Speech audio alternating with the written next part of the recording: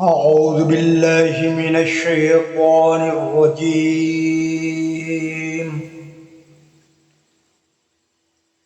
بسم الله الرحمن الرحيم.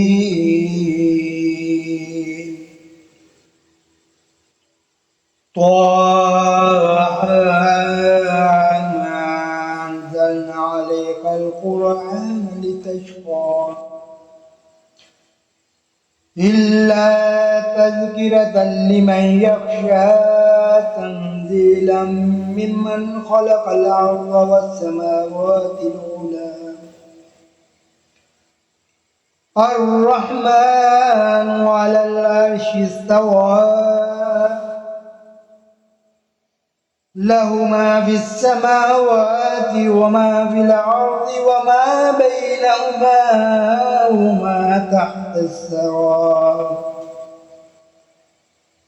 وإن تجهر بالقول فإنه يعلم السر وأخفى الله لا إله إلا هو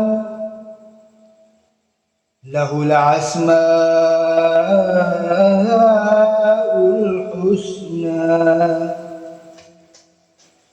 وهل أتاك حديث موسى إذ رأى نارا فقال لأهلهم كثوا إني آنست نارا لعلي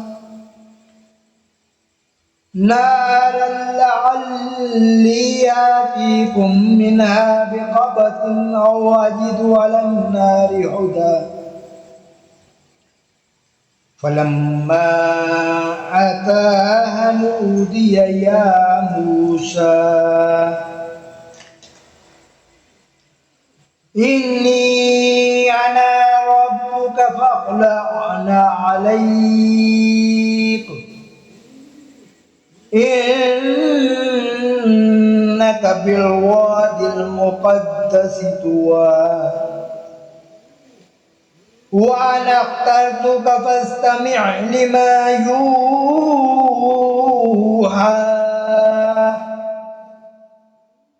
إنني أنا الله لا إله إلا أنا فاعبدني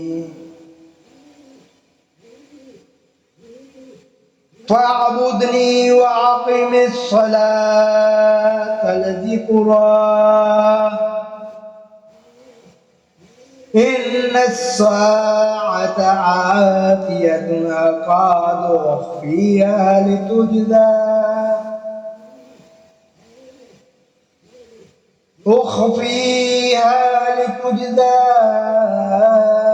كل نفس بما تسعى فلا يصدنك عنها من لا يؤمن بها واتبع هواه فترضى وما تلك بيمينك يا موسى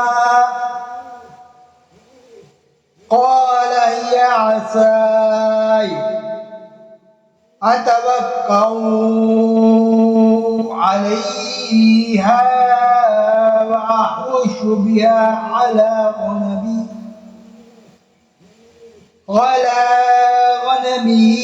ولي فيها مآرب أخرى قال ألقي يا موسى قال ألقها يا موسى فألقاها فإذا هي حية تسعى قال خذها ولا تخف سنعيدها سيرتها الأولى واضمم يدك إلى جناحك تخرج بيضاء من غير سوء من غير سوء آية أخرى لنريك من آياتنا الكبرى اذهب إلى فرعون إنه طغى قال رب اشرح لي صدري ويسر لي أمري واحلل عقدة من لساني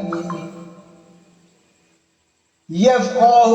قولي واجعل لي وزيرا من أهلي هارون أخي اشدد بي أزري وأشركه في أمري كي نسبحك كثيرا ونذكرك كثيرا إنك كنت بنا بصيرا قال قد أوتيت سؤلك يا موسى ولقد مننا عليك مرة أخرى إذ أوحينا إلى أمك ما يوحى أن اقذفيه في التابوت فاقذفيه في اليم فليلقه اليم بالساحل يأخذه عدو لي وعدو له وألقيت عليك محبة مني ولتصنع على عيني إذ تمشي أختك فتقول هل أدلكم على من يقتله فرجعناك إلى أمك كي تقر عينها ولا تحزن وقتلت نفسا فنجيناك من الغم وفتناك فتونا فلبثت سنين في أهل مدين ثم جئت على قدر يا موسى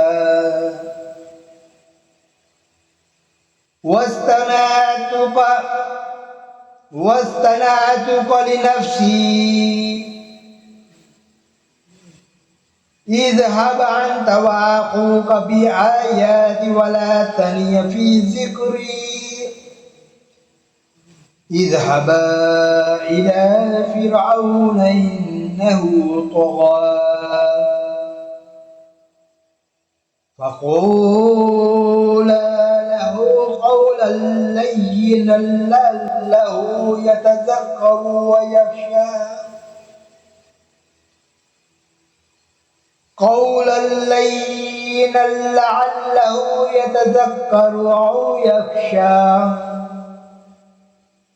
قال ربنا إننا نخاف أن يفرط علينا أو أن يطغى قال لا تخاف إنني معكما أسمع وأرى فأتياه فقولا إن رسول ربك فأرسل معنا بني إسرائيل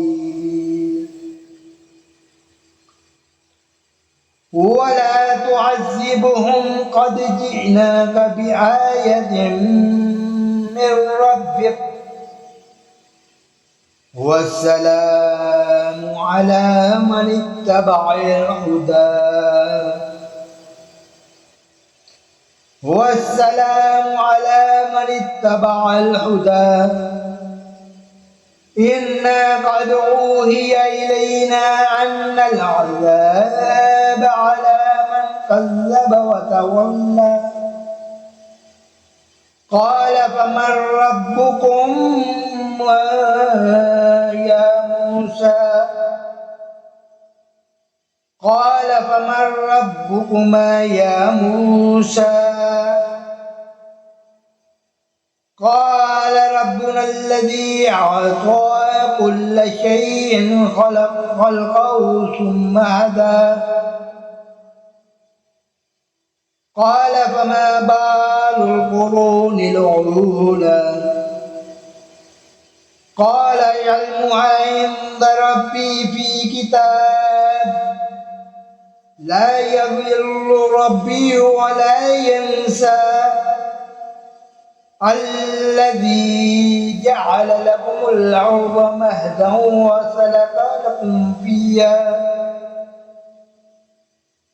وسلك لكم فيها سبلا وأنزل من السماء ماء فأخرجنا به أزواجا من نبات شتى كلوا وارعوا أنعامكم إن في ذلك لآيات لأولي النهى منها خلقناكم وفيها نعيدكم ومنها نخرجكم تارة أخرى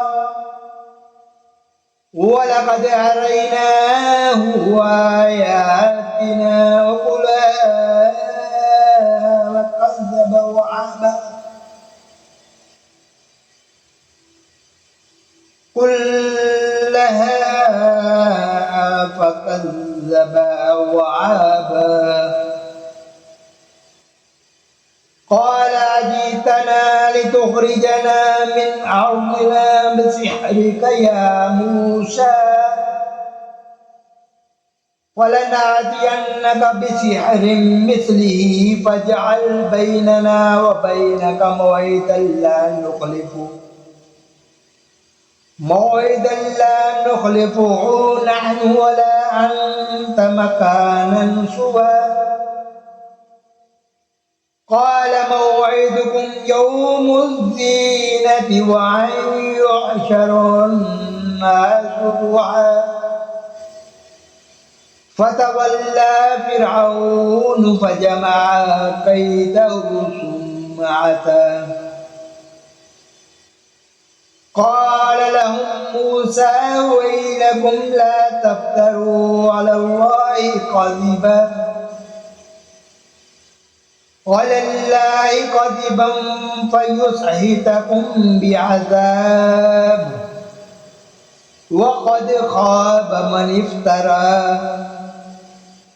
فتنازعوا أمرهم بينهم وأسروا النجوى قالوا إن هذان لساحران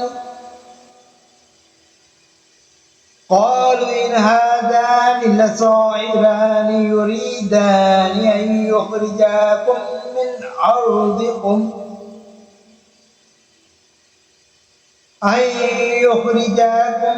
أرضكم بسحرهما ويذهبا بطريقتكم المثلى فأجمعوا كيدكم ثم أعدوا صفا وقد أفلح اليوم من استعلى قال يا موسى إما أن تلقي وإما أن نكون أول من ألقى قال بل ألقوه فإذا حبالهم وعصيهم يخيل إليه من سحرهم أنها تسعى فأوجس في نفسه خيفة موسى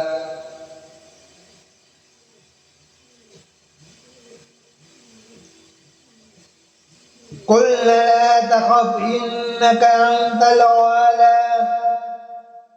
وألق ما في يمينك تلقف ما صنعوا إنما صنعوا كيد ساحر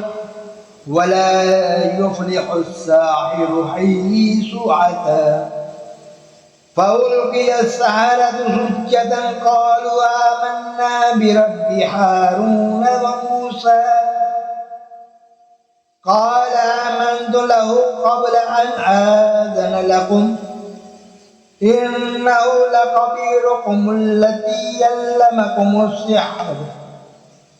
فلأقطعن أيديكم وأرجلكم من خلاف ولأصلبنكم في جذوع النخل ولتعلمن أينا أشد عذابا وأبقى قالوا لن نؤثرك على ما جاءنا من البينات والذي فطرنا فاقض ما أنت قاض إنما تقضي هذه الحياة الدنيا إنا آمنا بربنا ليغفر لنا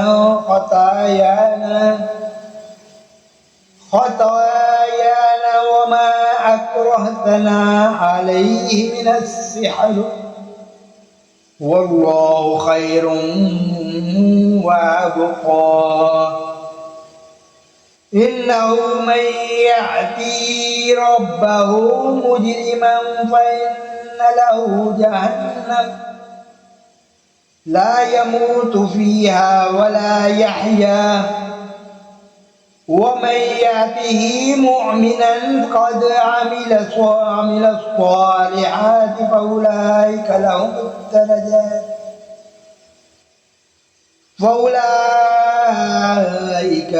الدرجات العلى جنات عدن تجري من تحتها الأنهار خالدين فيها وذلك جزاء من تزكى ولقد أوحينا إلى موسى أن أسر بعبادي فاضرب لهم طريقا في البحر يبسا لا تخاف درقا ولا تخشى فأتبعهم فرعون بجنوده فغشيهم من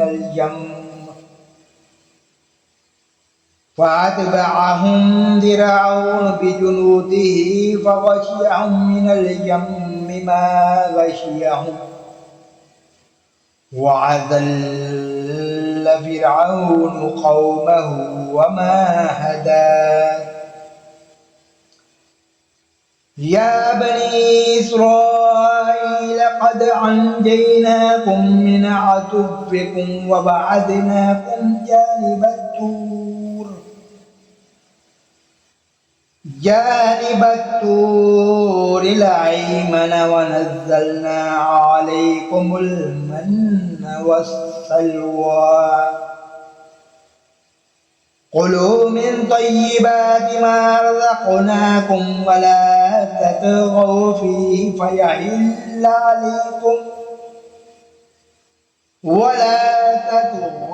فيه فيحل عليكم غضبي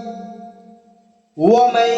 يحلل عليه غضبي فقد هوى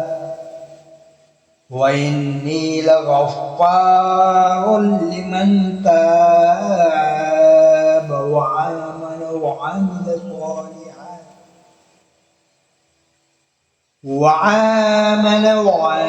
صالحا ثم اهتدى وما أعجلك عن قومك يا موسى قال هم أولئك على أثري وعجلت إليك رب لترضى قال فإنا قد فتنا قومك من بعد ذلك وأضلهم السامري فرجع موسى إلى قومه غضبان آسفا فرجع موسى إلى قومه غضبان آسفا قال يا قوم ألم يعدكم ربكم وعدا حسنا أفطال عليكم العهد أم أردتم أن يهل عليكم غضب من ربكم فاختلفتم موعدي قالوا ما أخلفنا موعدكم بملكنا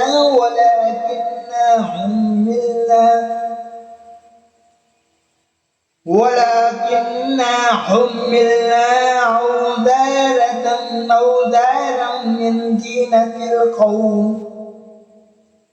أوزارا من زينة القوم فقذفناها فكذلك ألقى السامري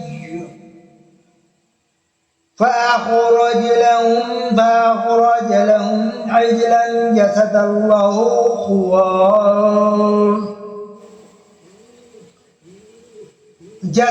له خوار فقالوا هذا إلهكم وإله موسى فنسي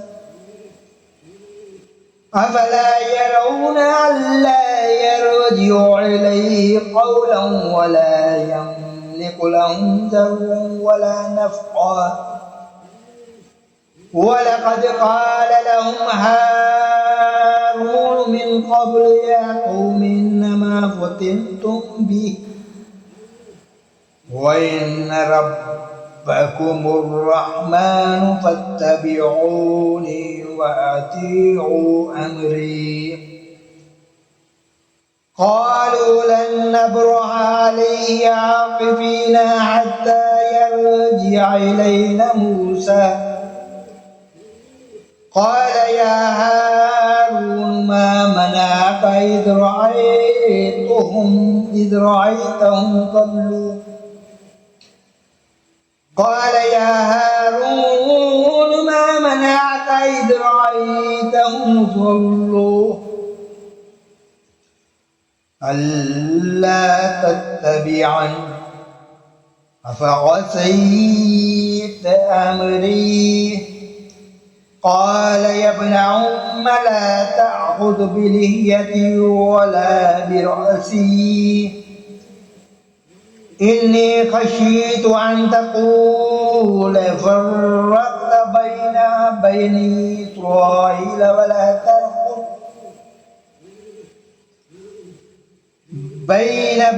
إسرائيل ولم ترقب قولي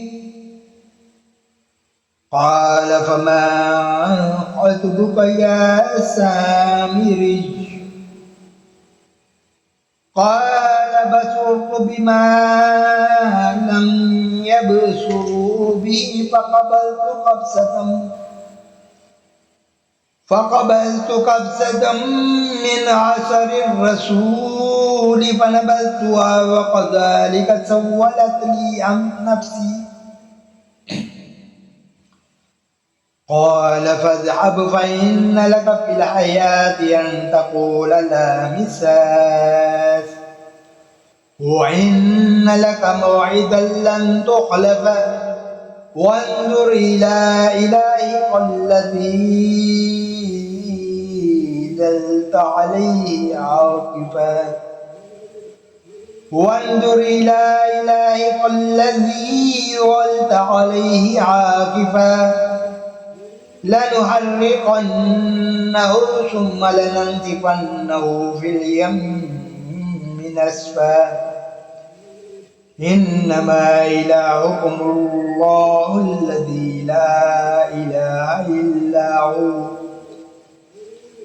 وسع كل شيء علما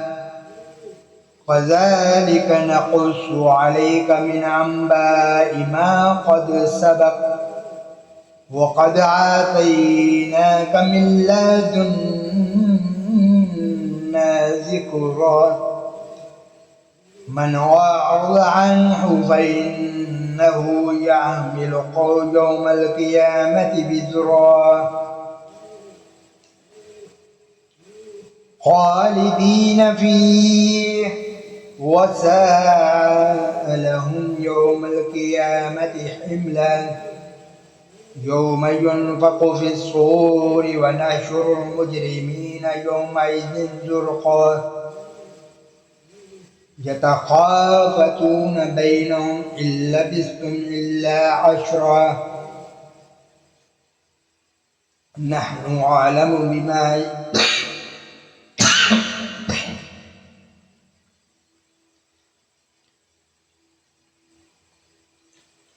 نحن أعلم بما يقولون إذ يقول أمثلهم طريقة إن لبثتم إلا يوما ويسألونك عن الجبال فقل ينسفها ربي نسفا فيذرها قاعا صفصفا لا ترى فيها عوجا ولا أمتا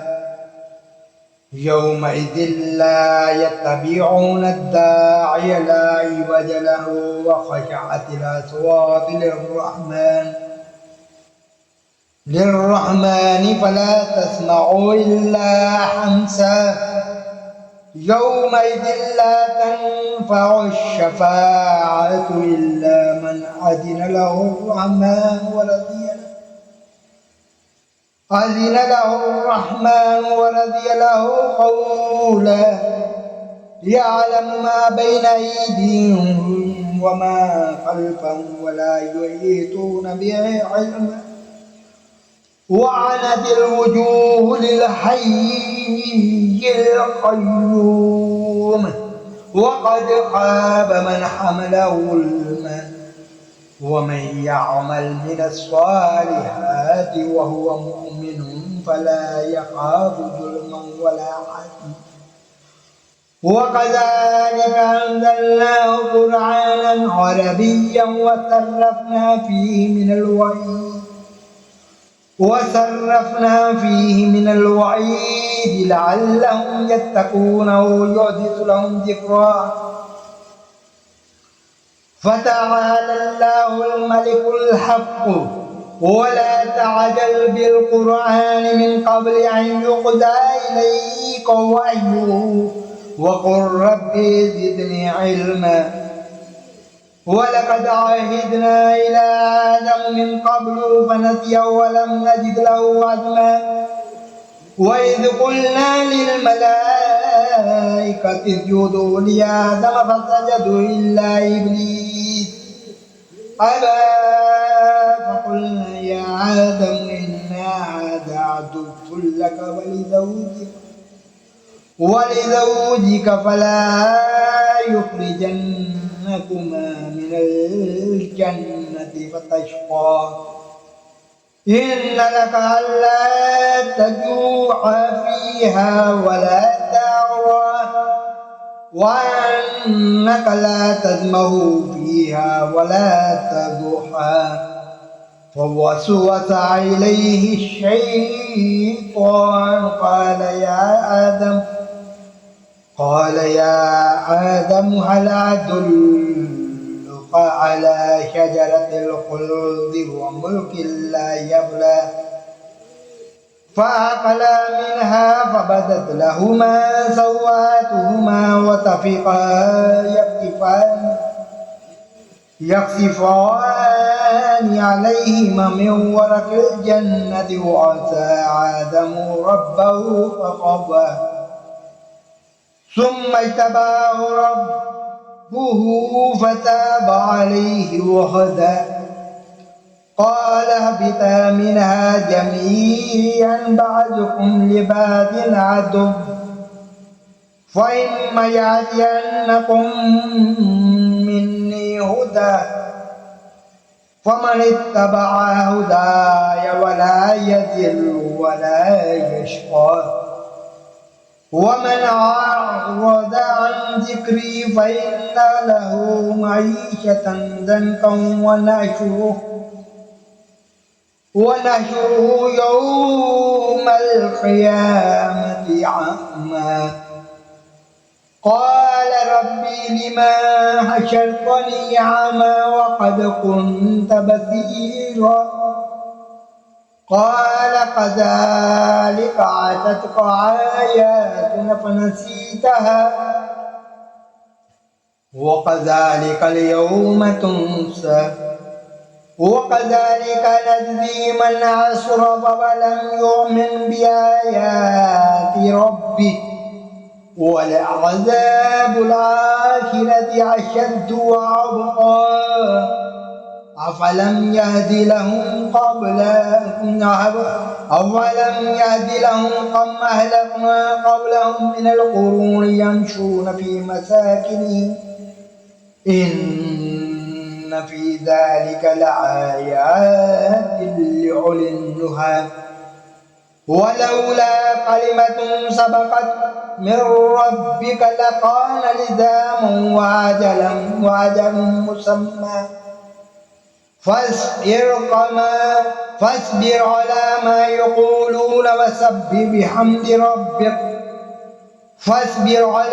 يقولون وسبح بحمد ربك قبل طلوع الشمس وقبل غروبها ومن آناء الليل فسبح وأطراف النهار لعلك ترضى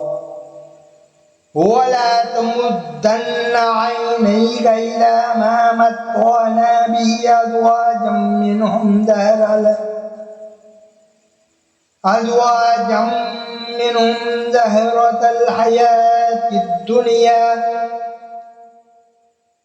لنفتنهم فيه ورزق ربك خير وأبقى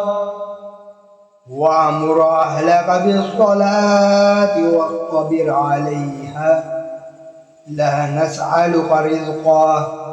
نحن نرزقك والعاقبة للتقوى وقالوا لولا يأتنا بآيات من ربه أولم تأتهم بينة ما في الصحف العلى ولو أنا أهلكناهم بعذاب من قبله لقالوا ربنا لولا أرسلت إلينا رسولا فنتبع آياتك من قبل أن نذل ونخضع قل كل متربص فتربصوا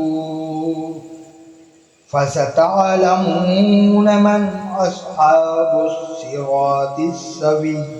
ومن اهتدى